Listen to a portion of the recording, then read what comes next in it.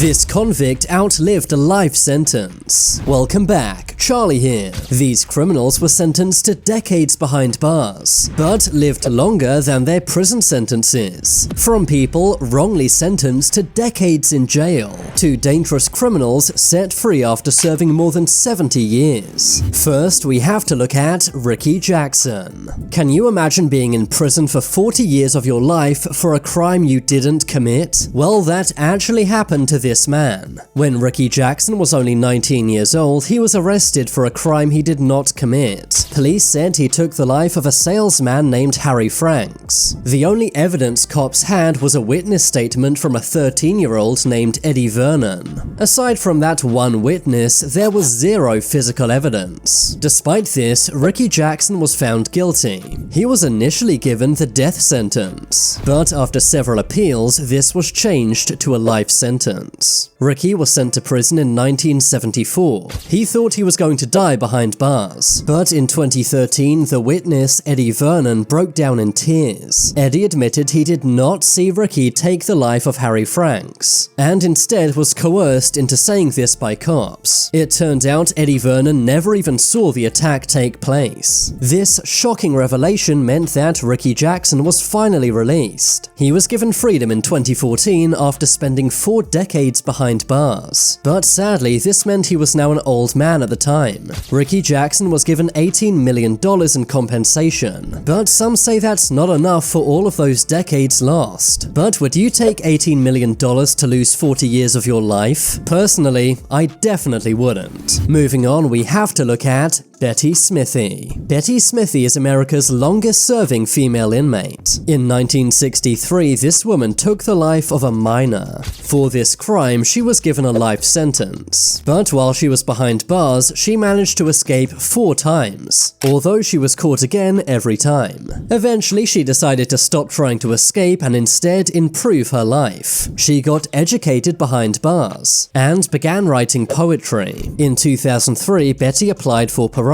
She was rejected, but in 2012 she appealed again, and this time she was finally freed. She spent 49 years behind bars, but was finally made a free woman at 69 years old. Some said she should never have been released due to her crimes, but the judge believed Betty had changed behind bars. What do you think? Is 49 years in prison enough or not? Moving along, we have to look at Thomas Trantino. In 1963, Thomas Trantino got drunk. He then got into an altercation with 2 cops and ended their lives. He was arrested a few days later and, in court, was given the death penalty. He was on death row for 8 years until 1971. That was when New Jersey abolished the death penalty, meaning that Thomas's sentence was changed to life behind bars. While he was locked up, Thomas wrote 2 books. In 2002, he applied for parole and, surprisingly, was released. He spent 39 years in prison, making him New Jersey's longest-serving prisoner. Some people, especially cops, were annoyed that he was released. But do you think nearly 4 decades is enough for what Thomas did? Moving along, we have to look at Joseph Ligon. In 1953, 15-year-old Joseph Ligon was sentenced to life in prison.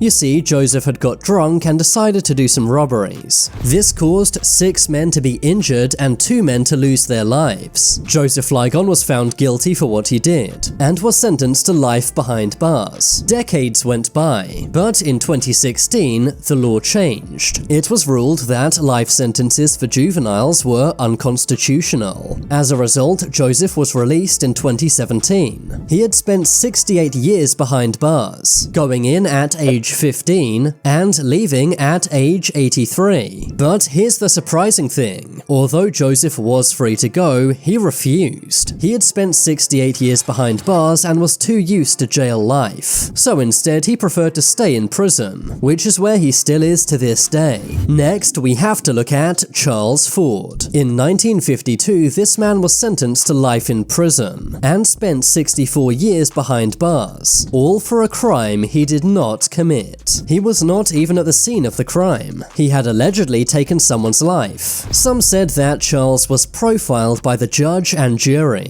meaning that despite the little evidence, he was still given a life sentence. It turned out Charles's lawyer never submitted an appeal. He was 20 when he went into prison, and was 84 years old when he came out, meaning that he spent a whopping 64 years behind bars. Charles was released into a nursing home as he was too old to look after himself. So while he was released, he basically lost his entire life to prison. When Charles was released, he began crying in court. Next, we have to look at John Bunce. This man is New York's oldest inmate. He ended the life of his wife of 17.5 years. John Bunce and his wife Virginia got into an argument. Things escalated and John used a hammer to end Virginia's life. John Bunce was given a life sentence for what he did. He was set to be released when he was aged 112, but instead he was released early when he was age 94. He was released in order to get medical care. That's because prisons find it too hard to look after people who are so old. But in 2014, at the age of 94, John Bunce passed away. He is still the oldest ever inmate New York has had. Moving on, we have to look at Harvey Stewart. Harvey Stewart is a man who's been to prison many times throughout his life. In 1951, he was given a 10-year sentence for armed robbery. He was released but was soon put back in jail. This was for ending the life of a man named James Laird. Harvey Stewart escaped prison many times, but was quickly recaptured every time. He was later released in 1985 after serving only 9 years. But only 16 months later, Harvey was arrested yet again, this time for robbing a bank. This guy really does love jail. He served 59 years behind bars, and was finally released in 2011. This was mainly because of his old age and declining health. He was 83 years old by the time he was released. He outlived all of his family and friends, which meant he had no prison visits in over a decade. When Harvey Stewart was interviewed about his time in prison, he said this: "Imagine that, 60 years down in this damn hole. I wouldn't recommend it." Harvey's right, he really did waste his entire life behind bars. I think this man is proof that crime is not worth it. Next, let's look at John Franzese. John Franzese was a member of one of the USA's most deadly mafias. That is, the Colombo crime family. He soon gained a reputation as one of the mafia's most dangerous thugs. He claims to have ended over 50 lives, but he was never convicted for this. Instead, he was given a life sentence for a different crime. That was orchestrating many bank robberies around the USA. He was given 50 years behind bars. In 2011, John was released at the age of 93. In 2011, at the age of 93, John Franzese was given an extra 8 years behind bars. This was for extortion and loan sharking. In 2017, he celebrated his 100-year-old birthday behind bars, and was released later that year.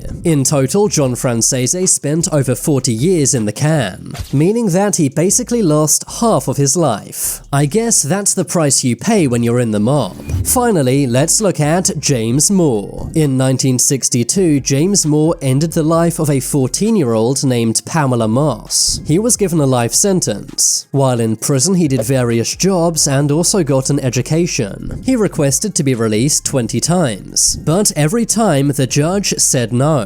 That was until June of 2022. He was finally released after spending 60 years behind bars, but he is now in full-time care and had to have both of his legs amputated. Now it's time for you to make your voice heard. Comment below, do you think life sentences should be allowed or not? I've been Charlie, thanks for watching. If you want to see my short videos, then check out my second channel. Leave a like if you enjoyed, and if you haven't already, what are you waiting for? Subscribe to Top 10s.